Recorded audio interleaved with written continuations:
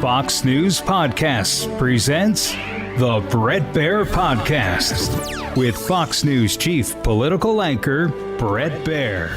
In a big announcement on Tuesday, President Trump revealed the U.S. Space Command headquarters would be moved from Colorado Springs, Colorado to Huntsville, Alabama. During that press conference around that announcement, the president taking questions from reporters, responding to what he called false rumors of his death and addressing the Democratic Party's response to his use of the National Guard. It's so badly run, but if I didn't send the National Guard into Los Angeles, I would be making an announcement today. I'd be talking about Huntsville.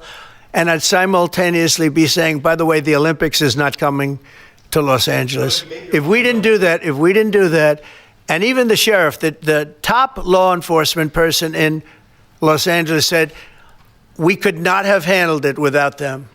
So that's what he said. Meanwhile, in China, President Xi Jinping hosted the leaders of more than 20 Eastern nations. Notable attendees included Russian President Vladimir Putin, Indian Prime Minister Narendra Modi, and North Korean dictator Kim Jong-un. A lot of talk about a new axis of evil. Lots to discuss. Let's bring in our panel. Former Tennessee Congressman, co-host of The Five, Harold Ford Jr., anchor and executive editor of The Story, host of the Untold Story podcast, Martha MacCallum, and Fox News senior congressional correspondent, Chad Pergram. Chad, I want to start with you because you got a lot of movement on Capitol Hill. Congress is back. What's the feeling there? The big push, obviously, to get funding before the end of the month. Yeah, that's the biggest thing that they have to do, and there's some chatter about that already. We learned this afternoon that House Minority Leader Hakeem Jeffries and the Speaker of the House, Mike Johnson, had a conversation about this the other day. I pressed Jeffries this afternoon about what were his red lines, what specific policy things he wants. Remember that Democrats, certainly Senate Democrats, helped Republicans avoid a government shutdown back in March. Chuck Schumer kind of gave away the farm without getting anything in return, and at the end of the day there wasn't a government shutdown. So what they will ask for, could it be getting the troops out of Washington, D.C.? And that's an issue that's probably going to, come to the fore in the next week or so. Ostensibly, they'd have to have a vote to keep those troops in Washington for more than 30 days. Would he ask for them to restore money for USAID and the Corporation for Public Broadcasting? Remember that spending was canceled. Could it be something different, like maybe, COVID vaccine rules, making the eligibility, opening that up a little bit? That's a big controversy here, as RFK Jr. He testifies before the Senate Finance Committee on Thursday. They had the firing of the CDC director just a couple of days after, she was confirmed. And that's the other thing I'd watch for, too. You have all this hullabaloo about government funding. John Thune is making no bones about trying to change some of the Senate procedures to expedite nominees. Now, Democrats will say, well, you confirmed somebody, the CDC director, and then fired her 3 weeks later. So what's the waste of time here? But they might try to do that. That is very tough. We saw the Democrats crack that door open in 2013. Republicans advanced that in 2017. But those are the 3 or 4 things that we're looking at. And the Epstein Files. Yes. Guess what? Remember that the House of Representatives left a day early in July to avoid dealing with this. What are they dealing with on the first day they're back? The Epstein Files. In fact, the Speaker has a resolution that's before the Rules Committee that would basically codify what the Oversight Committee is doing. And it doesn't Bigfoot this effort by Ro Khanna, the Democrat from California, and Thomas Massie, the Republican from Kentucky, to go around the leadership and put a resolution on the floor and compel a vote on releasing the Epstein Files. But just by doing this, kind of the wink and the nod is that this would convince some Republicans who might support that to back off and say, yeah, the leadership is addressing this issue. Yeah, a lot happening. Harold, the back and forth with Chicago, Illinois, the Governor Pritzker saying that he thinks there's already staging of National Guard troops in Illinois by President Trump, and he wants to push back against that. By the way, Mayor Bowser in D.C. came out and said she'd be in favor of extending the federalizing because she's seen such a change. How do you think this falls? And, Chicago and Illinois is different than D.C. So good to be with you. I wish that Mayor Johnson, Governor Pritzker, would say, look, we are not necessarily for all of these things the way you want to do it, Mr. President. You've had success in Washington. You have more of a role to play in Washington. We want to come meet with you. I'm going to bring a few governors. Let's figure out how we can craft a way that makes sense for the people of Illinois. Our goal is to reduce crime. Your goal is to reduce crime. Let's see if we can do that. I hope Governor Pritzker can come to that. We've talked about that on your show and some other shows in the past. I'm hopeful he's able to do that. Two, I hope Congress, to Chad's points, I hope they decide to pass a crime bill. I've said, and many have said over the last few weeks, the last time we had a national crime bill, a Democrat was president, Bill Clinton. He put 100,000 cops on the street. He gave more prosecutors to prosecute violent crimes.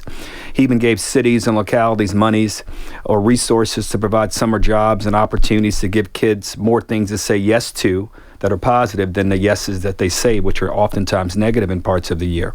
Our own former colleague, Judge Pirro, has talked about the U.S. Attorney in D.C., about how so many of these young kids are involved in these crimes because they know they won't be prosecuted. Maybe some of those rules should be changed, and Congress can do this. So I'm hopeful that they will. Just as an aside, I think this convening, and maybe we're going to come to the convening of these leaders in China,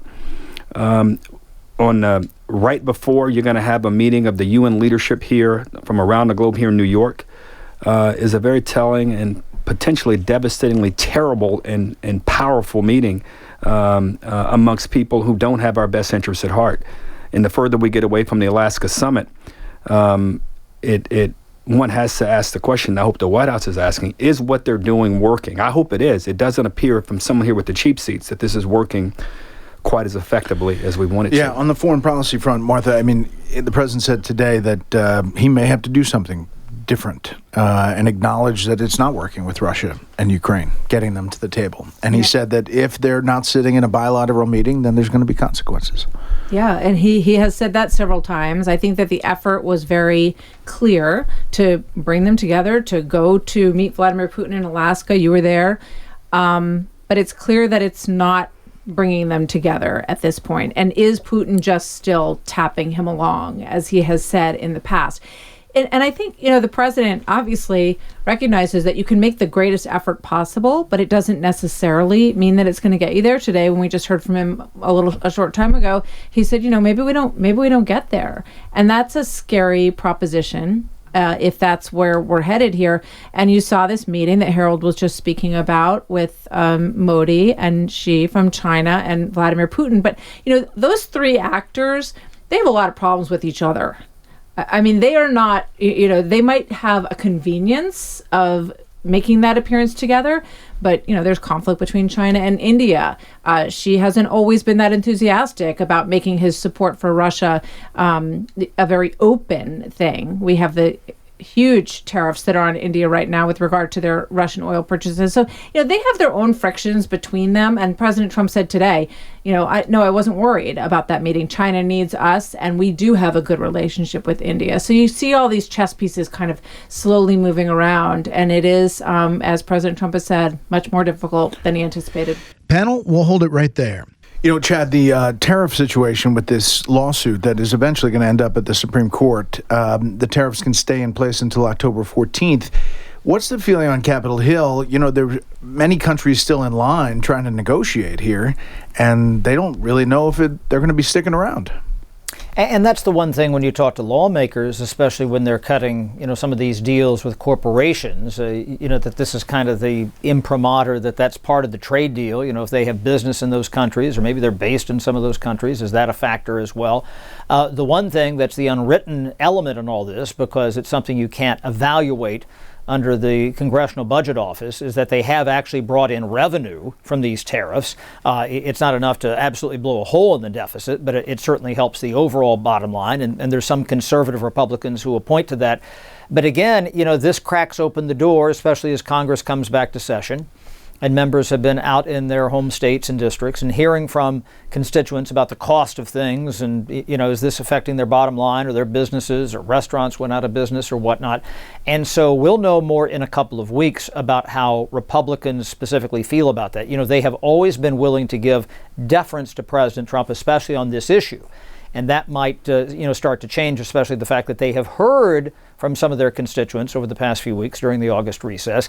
And moreover, those who were maybe willing to kind of, stand by the president tepidly if they're saying, well, we need to assert ourselves. I could see something where there's a piece of legislation, perhaps. Because remember, this was supposed to be directed by the Congress, not coming directly from the president. There's some members up here who, on the Republican side, when you talk to them off to the side, off the record or on background, they will tell you they think that the president seized too much authority by declaring this an emergency. And I think that Congress would rather be involved and rather legislate something like this, and it would probably be something much more narrow.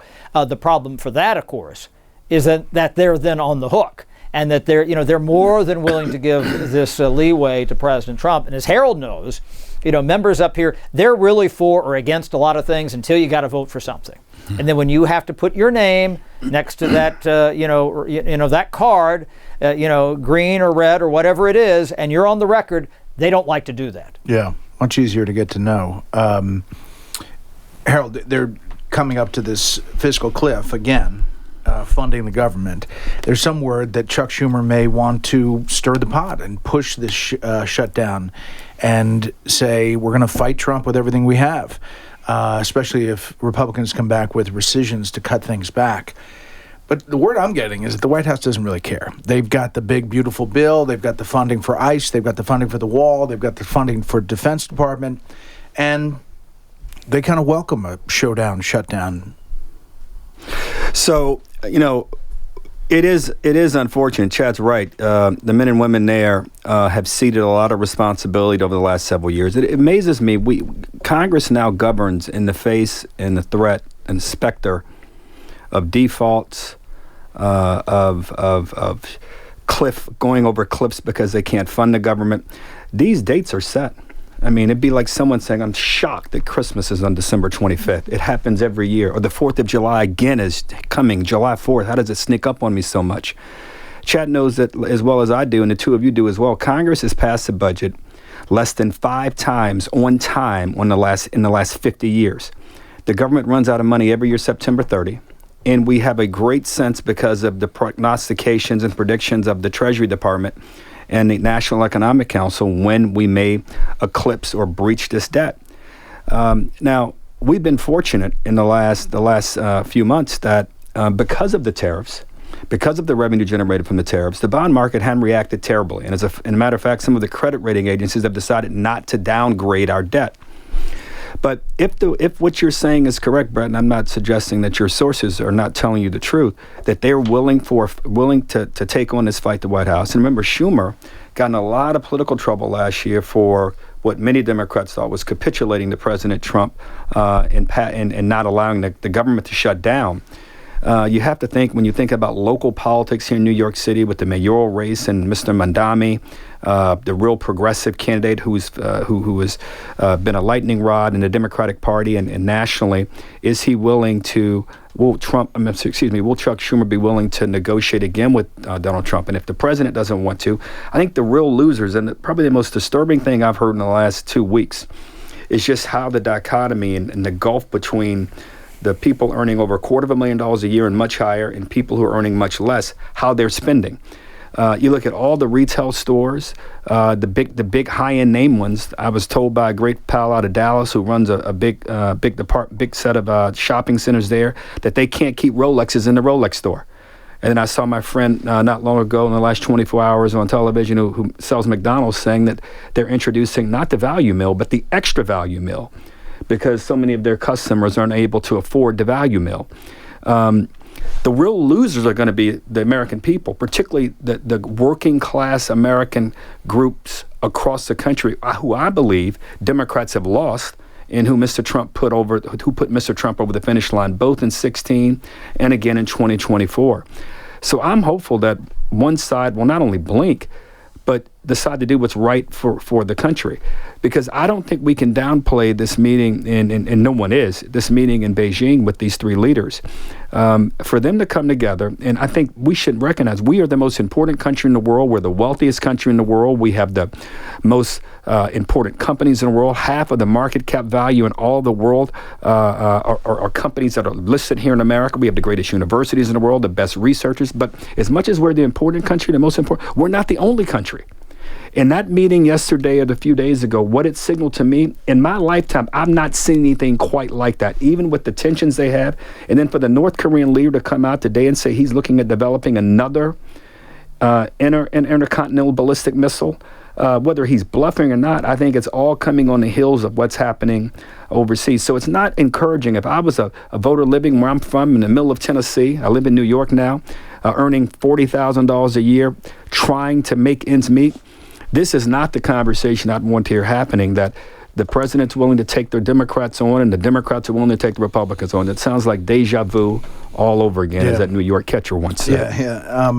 Martha, there is this sense that Democrats are trying to find the pushback, trying to find the passion, and the passion is on the left, and that's getting all the oxygen. So they're trying to push back against National Guard troops and federalizing police. They're trying to push back against and maybe a shutdown, but it seems like both of those efforts are exactly opposite of maybe what their populations are pushing for. Yeah, I had Jose Aristimuño on my panel earlier, and he said, I wish Pritzker would call the president and say, let's get together and talk about this. He also said, I'm really happy to hear that, and we're getting more details on this, that U.S. forces just blew up a drug cartel boat off the coast of Venezuela. And he's a Democrat strategist saying these are good things.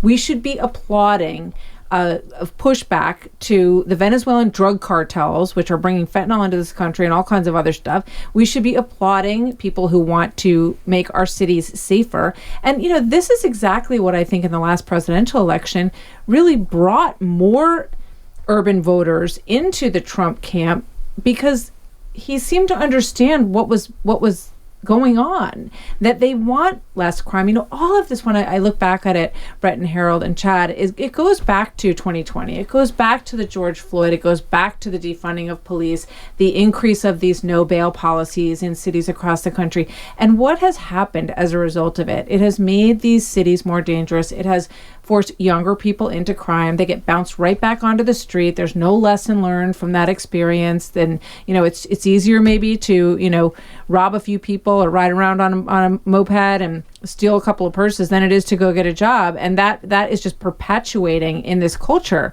So I think it's a pretty tough argument on the part of some of these Democratic governors. Chad, last thing. What's the thing up on the Hill that we're not thinking of? Well, the one thing we've not talked about here is redistricting. We have talked about that in the past, and I think it's notable that Hakeem Jeffries was asked about that today. He says he would not rule out them doing something in New York. You're going to have this counterbalance, obviously, the Texas districts. They might have diluted some Republican districts there. Maybe these districts are in play. We just don't know. That's one thing to look out there. And that's why it is so hard to judge what that playing field looks like going into 2026, because we don't understand the field. We don't understand the boundaries. We don't understand what the California map might look like, or the Ohio map, or the Missouri map, or the Indiana map. And while you look at, Democrats just need to pick up a couple of seats, we don't really know if it's in the conventional way. That first midterm, and for the sake of argument, let's just call this the first midterm, sometimes that really, goes against the president. They lose about 25, 26 seats. But if you have a completely different map with completely different rules, you just don't know. But look at this. This is going to be the other thing in the near term here, is that Mark Green, Republican from Tennessee, he resigned in July. And Democrats have a couple of special elections coming up very soon. And that narrow margin in the House, let's say they do an interim spending bill here right away, they probably have to do another one in November or December. And what I always say, it's about the math. It probably gets tougher the deeper they get into the fall with keeping the government open. Here we go. Okay, panel, thanks. Now for a bit of history. September 2nd, 1945, World War II officially comes to an end. A Japanese delegation boarded the USS Missouri and signed the instrument of surrender before Allied leaders, including General Douglas MacArthur and representatives from nations like China, the UK, and the Soviet Union. Solemn ceremony witnessed by thousands of Allied sailors marked not only Japan's surrender, but also the conclusion of 6 years of global war, signaling the dawn of peace and the beginning of post-war recovery. That'll do it for this week. You can hear more of this series at foxnewspodcast.com or wherever you download podcasts. Make sure to leave a rating and a review. We want to hear from you. For Harold, Martha, and Chad, I'm Brett Baer. We'll see you next time. Listen ad-free with a Fox News Podcast Plus subscription on Apple Podcasts, and Amazon Prime members can listen to this show ad-free on the Amazon Music app.